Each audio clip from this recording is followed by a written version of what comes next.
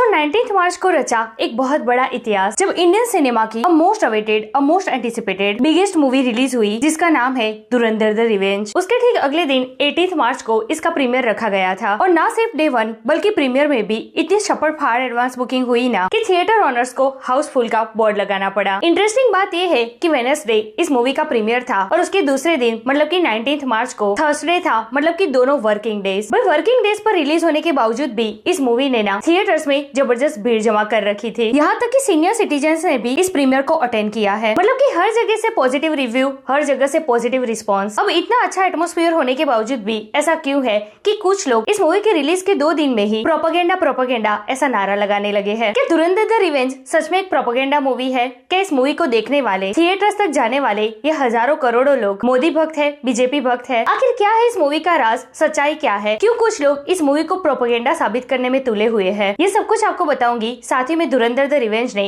अब तक डोमेस्टिक और ओवरसीज से कितनी बॉक्स ऑफिस कलेक्शन की है, अपने फर्स्ट वीकेंड पर ही कौन कौन सी बड़ी बड़ी मूवीज का रिकॉर्ड तोड़ने जा रही है ये मूवी। क्या KGF 2, बाहुबली 2, पुष्पा 2, यहाँ तक कि दंगल का रिकॉर्ड भी खतरे में है?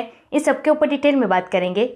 Let's check it out. Pakistan का मुस्तकबिल अब हिंदुस्तान तय करेगा। धुरंधर प्रोपेगेंडा पर बात करें उससे पहले धुरंधर 2 ने अपने फर्स्ट 2 दिन में वर्ल्ड वाइड कितना कलेक्शन किया है उस पर एक नजर डाल ले। डे 1 पर इंडिया से ही 150 करोड़ की कमाई की है इस मूवी ने। जी हाँ, ओपनिंग डे डोमेस्टिक कलेक्शन हुआ इसका 150 करोड़ प्लस ओवरसीज कलेक्शन हुआ है 80 करोड़, जिसका टोटल मिलाए तो वर्ल्ड वाइड कलेक्शन होता है 230 करोड़। मतलब कि अपने डे 1 पर वर्ल्ड वाइड 230 करोड़ की ओपनिंग ली है इस मूवी ने। अब इसमें भी एक ट्विस्ट ये है कि जो 150 करोड़ बताए ना मैंने डोमेस्टिक कलेक्शन, उसमें से 5 करोड़ तो साउथ से आए हैं। तेलुगु डब मूवी का कलेक्शन नहीं है ये, ओरिजिनल हिंदी लैंग्वेज से इतना कलेक्शन आया है तेलुगु से। उसमें भी 18 मार्च को जो प्रीमियर रखा गया था ना, भाई एंड मौके पर ये जो सारी डब लैंग्वेज थी ना उसके प्रीमियर कैंसिल कर दिए गए थे। फिर भी ये कलेक्शन हुआ है साउथ से। अब धुरंधर पार्ट 1 जब आई थी उसने डे 1 पर कितना कलेक्शन किया है मालूम है? 45 करोड़। और पार्ट 2 ने कितना किया है? सीधा 240 करोड़। 45 करोड़ से लेकर 245 करोड़ तक का सफर कैसे तय किया है आदित्य धार ने? भाई ये जानना हो ना तो धुरंधर पार्ट 2 देख लो। अब धुरंधर 2 के इस अचीवमेंट पर कुछ लोगों का कहना ये है कि फिर भी भले ही इतनी बड़ी मूवी है, लोगों ने इतना पसंद किया है, फिर भी ये पुष्पा 2 का रिकॉर्ड तो बीट नहीं कर पाई ना। क्यों? क्योंकि पुष्पा 2 का डे 1 हिंदी कलेक्शन था 294 करोड़। तो मैं आपको एक बात बोलूं, पुष्पा 2 से धुरंधर 2 की कंपेयर ना की जाए ना तो ही अच्छा है। सबसे पहले तो बात ये है कि पुष्पा पार्ट 1 के बाद इसकी सीक्वल की जो हाइप थी ना, इसका भरपूर फायदा उठाते हुए पुष्पा के मेकर्स ने पुष्पा 2 की टिकट की प्राइस डबल कर दी थी। और दूसरा, सच में अपने दिल पर हाथ रख के बताना, पुष्पा 2 को जो सपोर्ट मिला था नॉर्थ ऑडियंस से, उतना सपोर्ट धुरंधर 2 को साउथ से मिला है। नो डाउट पुष्पा 2 एक बहुत अच्छी मूवी थी, लेकिन फिर भी अगर पुष्पा 2 और धुरंधर 2 को आज की डेट में एक साथ देखोगे ना तो आपको पता चलेगा कि पुष्पा 2 से धुरंधर 2 का स्केल कितना बड़ा है। कितने सारे फैक्टर्स है धुरंधर 2 में, spy plus action plus suspense, comedy, इतने सारे कैरेक्टर्स, हर एक की अपनी कहानी। इसमें से 10% फैक्टर्स भी पुष्पा 2 में नहीं थे। खैर छोड़ो, जिस तरीके से अभी परफॉर्म कर रही है ना धुरंधर 2 बॉक्स ऑफिस पर, वे अपना फर्स्ट वीकेंड कंप्लीट करते करते 450 करोड़ डोमेस्टिक कमाएगी ये मूवी, और वर्ल्ड वाइड तो खैर 700 करोड़ प्लस तक जाएगी ये। भाई life time collection 2000 crore plus कहीं नहीं गए इसके। KGF चैप्टर 2, पुष्पा 2, बाहुबली 2, यहाँ तक कि दंगल का रिकॉर्ड भी खतरे में है। अब बात करते हैं धुरंधर प्रोपेगेंडा के बारे में। भाई मूवी रिलीज हुए अभी 2-3 दिन भी नहीं हुए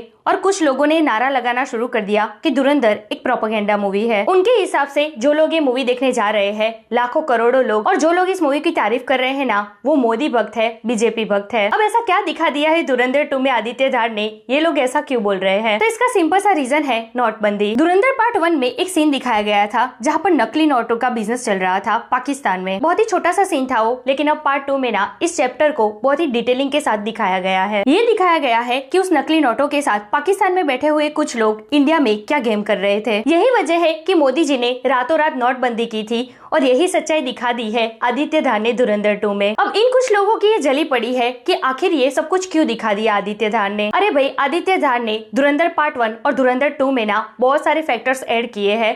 कई अलग अलग फैक्टर्स को एक साथ कनेक्ट किया है उन्होंने, जिसमें से एक है ये नोटबंदी। तो जो सच्चाई है वही दिखाया है, इसमें इतनी तकलीफ क्यों हो रही है? अच्छा, अब एक प्रॉब्लम ये भी है कि कुछ लोगों का कहना ये है कि आतंकी इस तरीके से क्यों दिखाए गए हैं, इतनी बेरहमी क्यों हो रही है उनके साथ, उन लोगों को आतंकी क्यों बुलाया जा रहा है? अरे भाई, आतंकी को आतंकी नहीं कहोगे तो क्या कहोगे?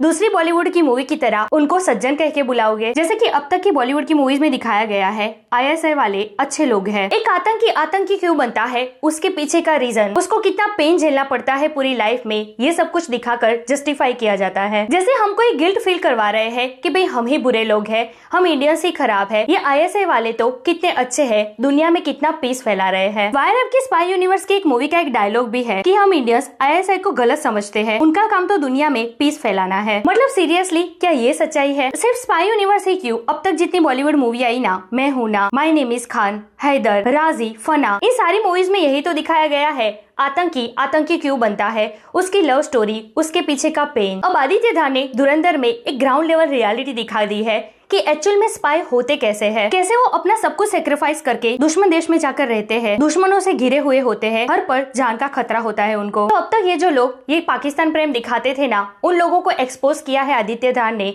ये धुरंधर जैसी मूवी बनाकर। तो कुछ लोगों को ये सब कुछ पच नहीं रहा है, इसलिए इस मूवी को प्रोपेगेंडा नाम दे रहे हैं। भाई रियली आदित्य धा ना बहुत ही डेयरिंग डायरेक्टर है। जो ग्राउंड लेवल रियलिटी उन्होंने दिखाई है ना, जो हार्श रियलिटी दिखाई है, इसके लिए एज अ फिल्म मेकर हिम्मत चाहिए। भाई hats off to you Aditya Dhar. Dhurandhar के साथ 300 करोड़ में 7 घंटे की मूवी बनाई है इस बंदे ने, पार्ट 1 और 2 को मिलाकर। भाई आज के टाइम पर पब्लिक ना एक छोटी सी रील पूरी नहीं देखती, फास्ट फॉरवर्ड करके देख लेती है। ऐसे में 4 घंटे की मूवी बनाना और ऐसी बनाना कि 4-4 घंटे तक लोग थिएटर्स की कुर्सी तक चिपके रहे, भाई ये पावर है आदित्य धार का। भाई धुरंधर ने ना इंडियन सिनेमा की आने वाली मूवीज की दशा और दिशा दोनों बदल कर रख दी है। आदित्य धार ने धुरंधर जैसी मूवी बनाकर ये साबित किया है कि रियल स्पाई बेस्ड मूवी होती कैसी है। वो वायर की स्पाई यूनिवर्स जैसा ग्लैमर, वो बिकनी सॉन्ग, कहीं पर पठान झूम रहा है तो कहीं पर स्वैग से स्वागत हो रहा है। भाई ये सब कुछ अब नहीं चलेगा। और अगर आफ्टर धुरंधर ऐसी कोई मूवी बन भी गई ना, जिसमें पाकिस्तान प्रेम दिखाने की कोशिश की गई, तो पब्लिक इसे किस तरीके से लेगी, किस नजर से देखेगी, आगे आप खुद समझदार हो। So that's it today's video. वैसे आप में से किन किन लोगों ने धुरंधर द रिवेंज देख ली है और आपको इस पूरी मूवी में से कौन सा से सबसे ज्यादा हार्ट टचिंग लगा,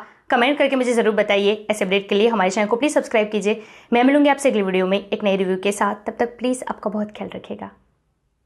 जय